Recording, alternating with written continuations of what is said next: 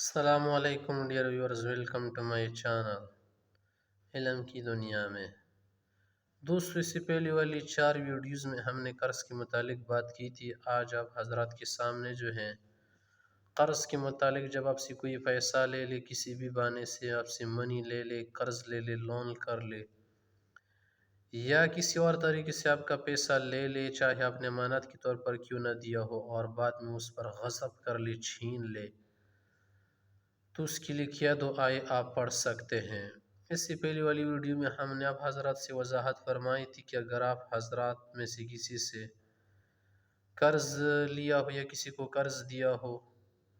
یا اس پر زیادہ قرض ہو تو اس کے لیے کیا دعائیں وہ پڑھ سکتا ہے۔ تو انبیاء کرام کی کچھ دعائیں ہم نے آپ حضرات کو بتائی تھی، اور اس کے علاوہ جو ہے نا خاص دعا جو قرض کی تھی وہ بتائی تھی کہ اگر پہاڑوں کے برابر قرض ہو تو اللہ تعالیٰ آپ کو ادا کرنے کی توفیق عطا فرمائے گا، لیکن اس کو جو ہے آپ نے مسلسل پڑھنا ہے، ورد کرنا ہے۔ آج آپ حضرات کو یہ بتانا چاہتے ہیں، یار ٹھیک ہے یہ بات تو ہم سمجھ گئے کہ قرض کے لیے دعا پڑھ لے، یا انسان دھب گیا ہو کسی قرض سے، یا مفلس ہو چکا ہو، دیوالیہ ہو چکا ہو، یا زندگی کے کاروبار میں جو ہے مشکلات زیادہ ہو، یا اس کے علاوہ جو ہے پیسہ نہ ہو، خرچ پورا نہ ہوتا ہو، نفقہ ضرورت پوری نہ ہوتی ہو، تو اس کے لیے تو ہم دعائیں چلو پڑھ لیں گے۔ لیکن اب یہ جو ہے آگے بات سمجھنی ہے کہ اگر ایک شخص نے آپ سے قرض لیا ہے، وہ دے نہیں رہا، ایک کمپنی ہے، آپ نے اس کے پاس پیسہ جمع کیا، مزید کمانے کے لیے انہوں نے ہڑپ کر لیا، جیسے بہت ساری کمپنیز اس دنیا میں تھی اور ہو رہی اور آگے بھی آئے گی، کہ وہ تو شروع میں کیا کرتے، بہت بڑا جو ہے سبز باغ دکھاتے، لوگوں کو دھوکہ دے کر کتنا پیسہ کماؤ گے، کروڑ پتی ہو جاؤ گے، لاکھ پتی ہو جاؤ گے،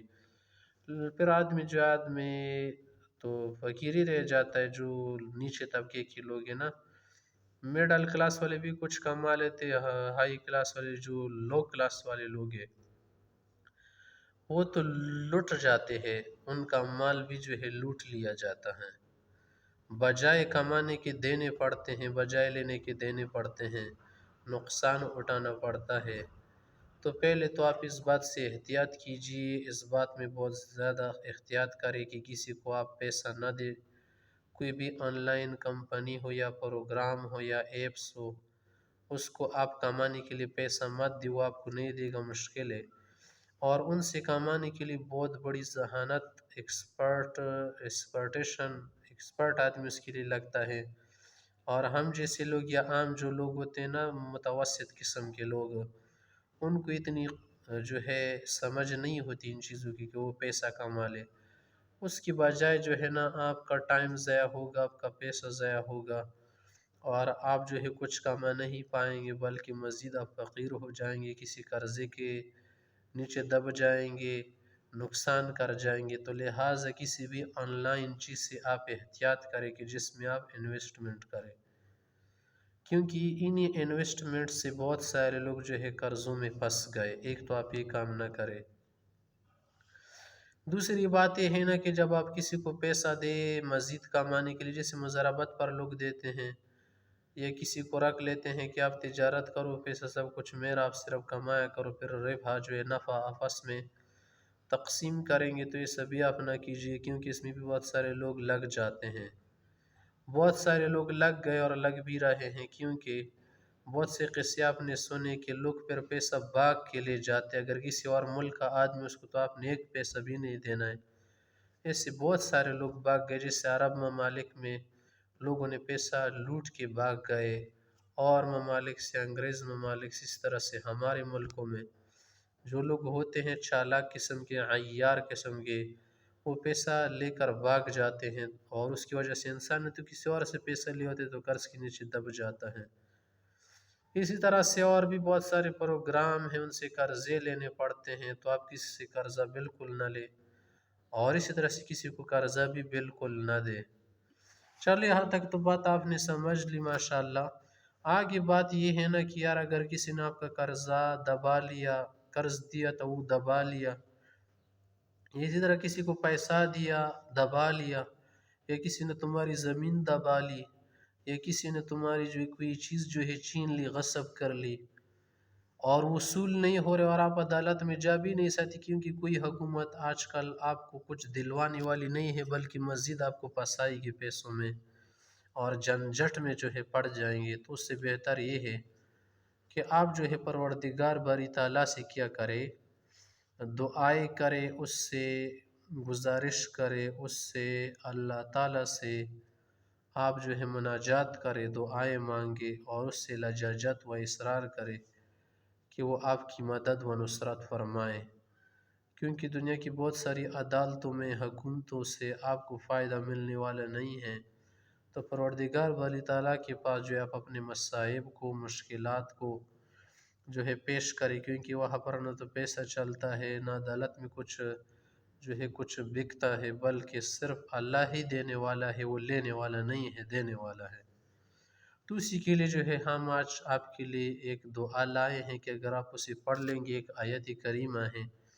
اس کا کچھ دنوں تک ورد کریں گے تو اللہ رب العزت جو آپ کا پیسہ واپس لوٹا دے گا، لیکن اس کی کوئی ایسی گارنٹی نہیں ہے کہ اگر آپ نے پڑھ لیا اور آپ کا پیسہ واپس نہیں کیا گیا تو پھر آپ ہمارے کوئی کامنٹ کرے یا یہ مطالبہ کرے کہ یار آپ نے یہ دعا بتائی تھی کچھ نہیں ہوا۔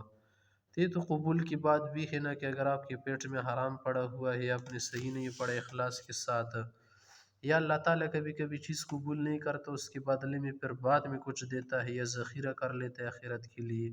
یا اس کے بدلے میں کوئی اور مصیبت آ رہی ہوتی ہے اس کو ہٹا دیتا ہے، لیکن آدمی سمجھ رہے تھے کچھ ملا نہیں۔ ایسا نہیں ہے، اللہ کے دربار میں آپ کچھ مانگو، 3 آپشنز میں سے آپ کو ایک آپشن ضرور ملے گا، یا تو آپ کی دعا قبول ہو جائے گی جو حاجت آپ مانگ رہے ہیں، نمبر 2، یا آپ سے آنے والی مصیبت ٹل جائے گی، نمبر 3 آپ کے لیے ذخیرہ ہوگا آخرت میں، پیسہ بینک بیلنس جمع ہوگا۔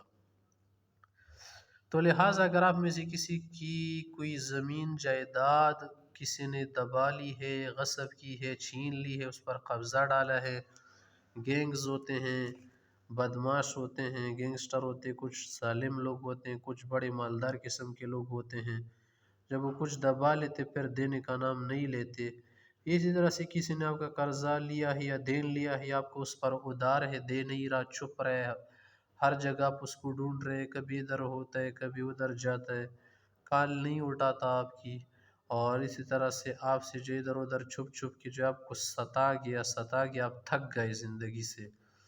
تو پھر جو آپ یہ دعا پڑھ لیں، ممکن ہے کہ اللہ رب العزت آپ کا مال، آپ کا پیسہ، آپ کی جائیداد، آپ کی دی ہوئی رقم، آپ کا دیا ہوا ادھار، آپ سے لیا ہوا قرض واپس ہو جائے۔ اگر واپس نہ بھی ہو جائے نا تو اللہ رب العزت اس شخص کو سزا دے گا، اس شخص پر جو ہے دباؤ پڑ جائے گا، جھنجھٹوں میں پڑ جائے گا، مصیبتوں میں پڑ جائے گا، پس جائے گا، اور نہ کسی طرح سے اس کو سزا مل جائے گی۔ جو پیسہ اس نے دبا لیا ہے، جتنی زمین دبا لی، اس کے بدلے میں اتنا نقصان اللہ رب العزت اس کا کر دے گا۔ تو چلو آتے ہیں وہ چیز آپ کو بتا دیتے ہیں، دیر ہو رہی۔ تو وہ کیا ہے، آپ جو ہے 7 دن تک یہ آیت کریمہ جو ہے روزانہ 70 مرتبہ پڑھیں گے، یعنی 7 دن آپ نے یہ آیت پڑھنی ہے، پہلے دن آپ نے 70 مرتبہ، دوسرے، تیسرے، چوتھے، 5ویں، 7ویں، پھر آپ جو ہے دعا اس آیت کریمہ کے پڑھنے کے بعد جو آپ ذرا خیال بھی کر لے، ذہن میں وہ دعا مانگ لے کہ اللہ ان لوگوں نے میرا قرضہ دبا لیا ہے، میرا پیسہ، میری اجرت دبا لی ہے، دے نہیں رہا، یا اللہ آپ